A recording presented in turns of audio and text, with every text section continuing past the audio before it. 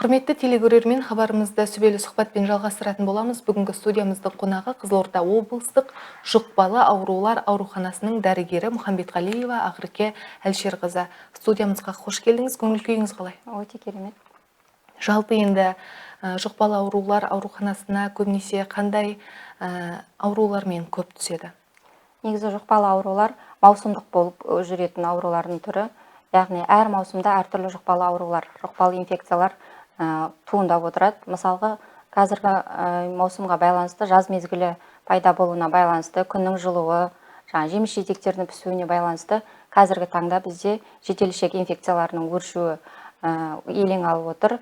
Оның басты себептері жаңа айта кеткендей, жеміс-жидектердің ерте пісуі, оны дұрыс өңдемей жеу, жаңа адамдардың жеке бас гигиенасын сақтамау, қолды жиі жумау деген сияқты солардың салдарынан туындайтын инфекцияның түрі болып табылады.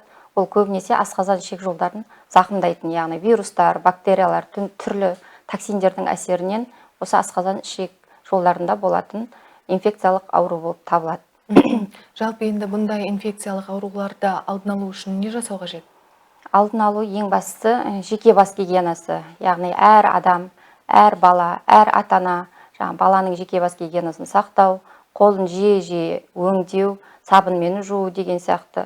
Сосын жейтін көкөністерді, жеміс-жидектерді ағынды суда жақсылап жуу, сыртын аршып жеу деген сияқты. Сол мәселелерді ең бірінші алдын алу шарасы болып табылады.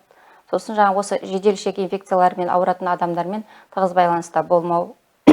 Сосын таза су ішу, яғни ластанған судан да бұл аурулар дамып отырады.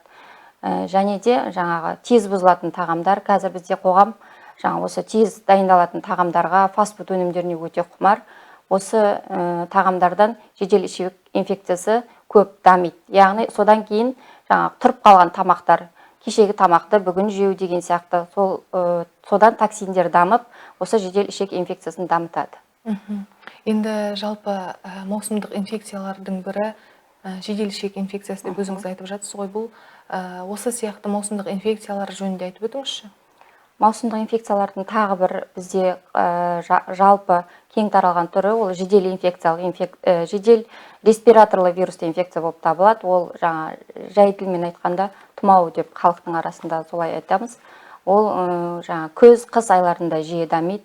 Қазір ауа райының бізде қолайсыздығы, яғни вирустардың салқынға төзімділігіне байланысты қазіргі таңда да біздің жедел жұқпалы аурулар ауруханасында жедел респираторлы вирусты инфекцияларда толастамай тұр.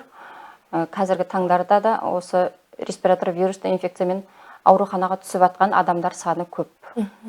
Енді осы тұрғыда вакциналардың маңызы қандай? Вакцинацияны өте қазір қолдаймын. Ата-аналарға да сол алдыма келген ата-аналардың барлығына осы туралы үгіт насихат жүргізем. Вакцинация ол баланың иммунитетін тұрақтандыру, яғни сол вирусқа қарсы реакцияны қалыптастыру болып табылады. Осы тұмау, жедел респираторлы вирусты инфекцияларға да қарсы екпелер бар. Және де бізде қазір қала бойынша, Қазақстан бойынша глобалды мәселе болып отырған қызылша вирусы бар. Бұл вируста алдын ала екпесі бар. Сол екпе алмағанның әсерінен қазір көптеген балалар осы қызылша аурумен ауырып жатыр. Сол екпеге барлық ата-аналарды шақырам, көздері ашылып, сол екпеге келісім берсе екен деймін. Жалпы енді қандай белгілер байқалса, дереу дәрігерге көріну қажет? Ең бірінші алғашқы белгілер, яғни жоғары дене температурасының болуы, балада құсудың жиі болуы, сұйықтықты іше алмау, көзінің кіртиюі, терісінің құрғауы, яғни сусыздану белгілері болады жедел ішек инфекциясы кезінде. Құрысу белгілерінің болуы, тамақ іше алмау, омыраудағы балаларда омырауды ембей қалатын балдар болады. Сондай уақытта, тоқтамай жылап атқан уақытта жедел дәрігерге қаралуға кеңес берем. Жалпы енді балалар арасында көбінесе қандай инфекциялық аурулар жиі кездеседі? Жиі кездесетін аурулар осы жедел ішек инфекциясы, ол дұрыс тамақтанбаған нәрселерінен болады деп айттық. Жедел респираторлы вирусты инфекциялар ол ауа тамшылы жол арқылы жүреді. Өйткені адамдар қазір көпшілік ортаға көп барады, ауырған балдармен де барады, соның әсерінен дамиды. Қазіргі таңда енді қызылша вирусы көп жүріп жатыр. Ол жаңа алдын ала екпе алмағанның әсерінен болып жатқан жағдай. Жалпы енді сіздердің ауруханаларыңызда оқшаулау тәртібі қалай жүргізіледі? Инфекция. Жұқпалы аурулар ауруханасы болғасын, қабылдау бөлімінде бізді әр боксқа бөлінген, яғни ауа тамшылы жұғатын ауруларды бөлек есіктен, жедел ішек инфекцияларын бөлек есіктен, аса қауіпті инфекцияларды бөлек есіктен солай қабылдаймыз. Бір-бірімен контактыда болмайды. Ауруханаға кіргеннен кейін әр науқас өз палатасында жатады. Сосын ауруханаға бөгде адамдарды кіргізбейміз. Сырттан келетін тамақ қабылдайтын уақытта тамақтарды толық тексерістен өткіземіз. Егер аурухана тәртібіне сәйкес келмейтін тағамдар болса, үйіне қайтадан қайтарылады.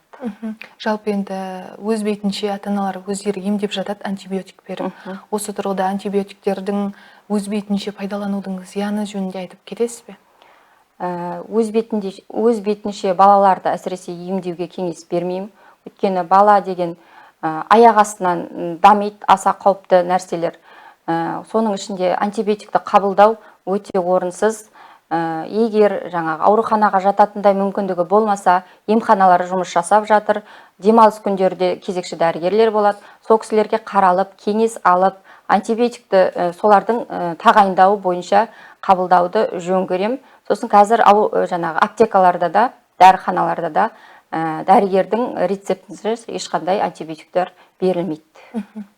Жалпы енді жұқпалы аурулардың көп таралмауы үшін халыққа не айтасыз? Жұқпалы ауруларды көп тарамау үшін көпшілік ортаға көп бармауға кеңес берем.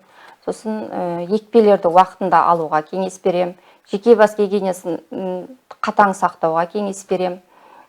Сосын егер көпшілік ортаға барар уақытта жеке бетперде тағып баруға кеңес берем. Жалпы енді тамақ арқылы таралатын ауруларды қалай алдын алуға болады? Тамақ арқылы таралатын ауруларды ең бірінші дұрыс тамақтану. Яғни үй жағдайында сол күні, сол уақытта дайындалған тамақтарды жеу, диеталық тамақтарды жеу, жаңа айтқандай тез дайындалатын тамақтарды бермеу, фастфуд өнімдерін жемеу, сол нәрселерге кеңес берем. Өзіңіз енді дәрігер ретінде жұқпалы аурулардың арасында жүресіз ғой. Осы аурулардан өзіңізді қалай сақтайсыз?